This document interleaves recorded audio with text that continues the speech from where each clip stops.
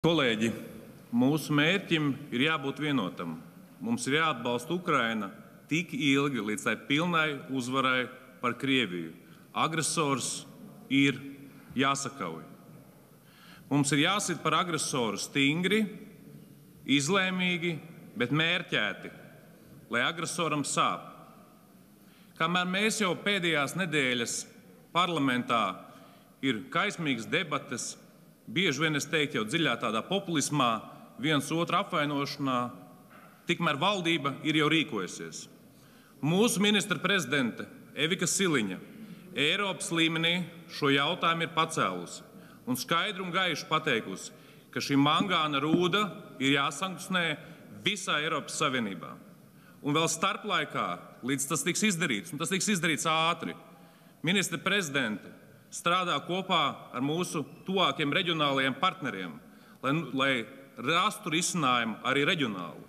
Mūsu mērķim ir jābūt, kolēģi, lai šī mangāna rūda Krievijai netiktu piegādāta vispār. Mēs nevaram, es vakar klausījos ierakstu no aizsardzības komisijas. Es gribu teikt paldies komisijas vadītājiem, kas ļoti labi šo sēdi novadīja. Rūpīgi noklausījos. Daži no iesniedzējiem teica, labi, mēs te pieņemam lēmumu, lai viņi skatās, kā grib, tā vairs nebūs mūsu problēma. Kolēģi, tā būs mūsu problēma tik ilgi, kamēr Eiropas Savienība nepieņems kopā šo lēmumu. Un nevis mēs gaidām uz Eiropas Savienību. Mēs esam pirmie, kas to mudina, un mēs to panāksim.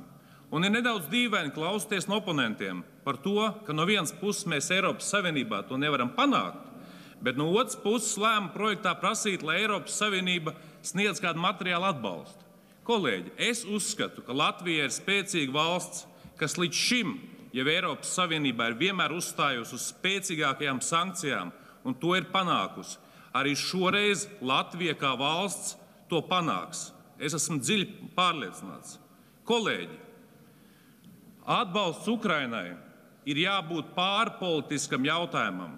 Es uzskatu, ka šajā kara situācijā mēs nevaram politisku iemeslu dēļ uz šo jautājumu šķelties. Mums visiem kopā ir jāmeklē risinājumi, skatījumi, viedokļi var atšķirties, bet es aicinu uz to netaisīt politiku.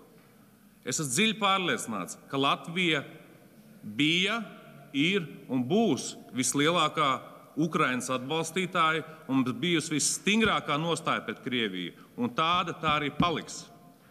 Kolēģi, ja jūs gribat teikt, ka kaut ko mēs nevaram, ka varam tikai šeit ar vienu lapu nobalsojot, visi jautājumi tiks atrisināti, tā nekad nebūs.